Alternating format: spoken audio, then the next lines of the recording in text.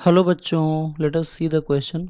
On reducing temperature of surface to one third amount of radiation becomes. Question ये कर रहा है कि किसी भी सरफेस का जो टेम्परेचर है, अगर उसको वन थर्ड अगर रिड्यूस कर दें तब उसका टेम्परेचर क्या होगा। ठीक है, तो आइए देखते हैं इस क्वेश्चन का मेन की कॉन्सेप्ट क्या है और फिर इस क्वेश्चन को हम लोग अटेम्प्ट करेंगे।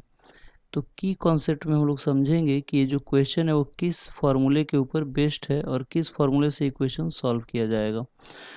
तो समझते हैं इस चीज़ को। तो ये जो क्वेश्चन है वो स्टीफन बोल्ट्जमैन लॉ के ऊपर बेस्ड है, क्योंकि स्टीफन बोल्ट्जमैन ही एक ऐसा लॉ है जो किसी भी बॉडी के सरफेस से उसके टेम्परेचर को रिलेट करता है कि अगर किसी सरफेस का टेम्परेचर अगर समथिंग है तो उससे निकलने वाला रेडिएशन का अमाउंट क्या होगा। ठीक है ना। यानी कि this question is based on Stefan Boltzmann law. Stefan Boltzmann law, ये जो क्वेश्चन है वो स्टीफन बोल्ट्जमैन लॉ के ऊपर बेस्ड होता है। क्या होता है स्टीफन बोल्ट्जमैन लॉ? तो अगर किसी भी सरफेस का अगर टेम्परेचर एब्सोल्यूट टेम्परेचर अगर टी है तो उससे निकलने वाला जो एनर्जी रेडिएशन होगा वो डायरेक्टली प्रोपोर्शनल होता है टी टू द पावर 4 के। ये स्टीफन बोल्ट्जमैन लॉ है। तो आइए देखते हैं इस क्वेश्चन में क्या की कॉन्सेप्ट दिया हुआ है। कॉन्सेप्ट तो हो गया, इसमें हमें ये देखना है कि क्या गिवन है। ठीक है, तो आइए समझते हैं।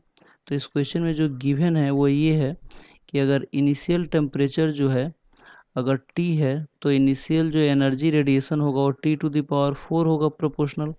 और अगर फाइनली अगर टेम्परेचर जो हो रहा है वो टी बाई 3 हो जा रहा है, मतलब इनिशियल का वन थर्ड हो जा रहा है, तो वन थर्ड के पावर 4 हो जाएगा जो ई एफ डायरेक्टली प्रोपोर्शनल होगा।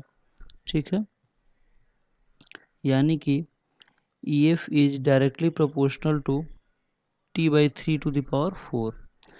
तो अगर हम इसको देखें तो E F is directly proportional to T to the power 4 upon 81 हो जाएगा।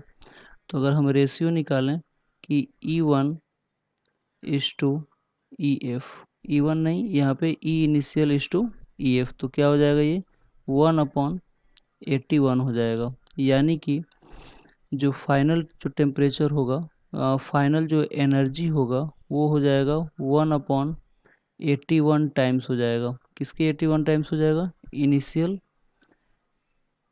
एनर्जी का। ठीक है, तो आइए देखते हैं कि इस क्वेश्चन का कौन से ऑप्शन में सही जवाब छुपा हुआ है।